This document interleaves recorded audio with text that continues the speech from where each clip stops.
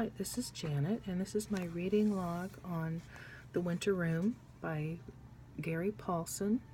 It is a Newbery winner, published in 1989. The cover illustration was done by his wife, Ruth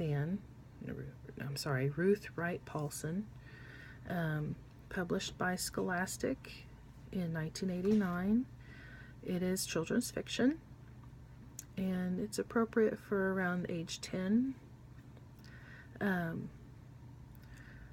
The story is about Eldon, who is 11, and his older brother Wayne, who grew up on a farm in Minnesota with their parents and their two great uncles, David and Nels. Their uncles immigrated from Norway when they were quite young, and they were woodcutters.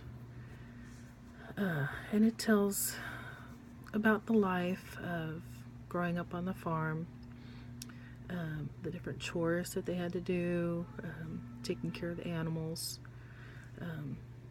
planting their crops and harvesting, killing animals in the fall so that they have food for the winter and spring, and canning vegetables from their mother's garden, and just everything that was involved in farm life. But it's really descriptive of the sights and the smells that go along with farm life. And it reminded me of my growing up on a farm, and brought back a lot of memories of the different smells. My dad always said the smell of manure was the smell of money. I'm like, no, Dad, it's the smell of manure. Thank you very much. But it talks about how little time, or how little they had to do in the winter. And the winter room was basically their living room, and so they would sit and listen to stories from their Uncle David about the Norse myths that he grew up with. And he talks about his wife that passed away during childbirth, and how beautiful she was and how happy he was. But he never remarried.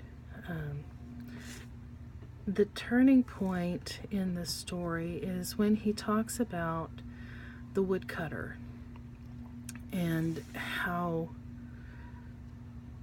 he was almost mythological in the way he could use his axes. He could fell a tree with one blow almost.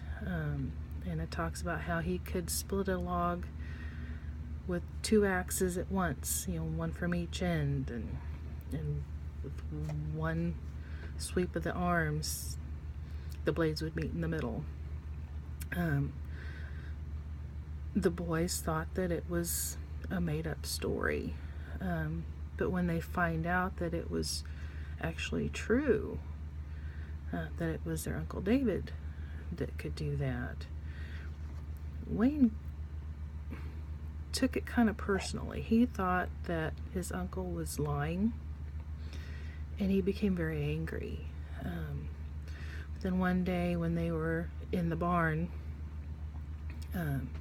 they saw their uncle out behind the barn, and he had his axes, and he got a piece of wood, and from an old man who was stooped over, as he began to raise the axes, he changed. He became young and strong, straight-backed, and he split that piece of wood with one sweep of the arms. And from then on, those boys gained a new respect.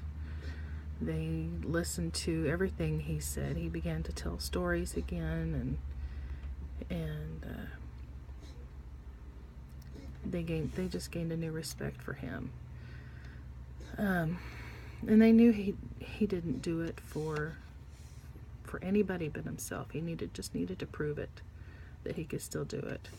The theme of the story, I think, is about the circle of life. How, one season goes to another, and then another, and another, and that's just the way it has to be for life to go on. Excuse me.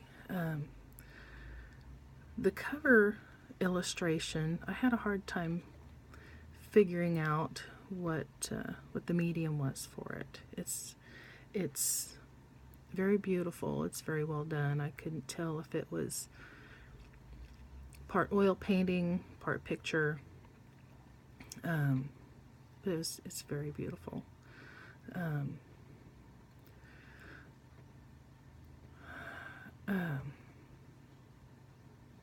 I would recommend the story for kids because it's so descriptive, and it gives good examples of how to describe things in a story. I would recommend the story because it shows how important the family is, how that dynamic of the uncles living with them is, and the storytelling, and how important it is to listen and continue those traditions. And I think it gives children maybe a new respect for their elders. My personal connection, I think I mentioned it before, was it just reminded me of growing up on the farm, and those smells. I miss the smell of harvesting alfalfa. It's such a sweet smell. The sound of the cattle in the corral, especially after you separate the young from them. The mothers don't like it, and the babies don't like it, and they let you know. They're good memories. The activity that I've chosen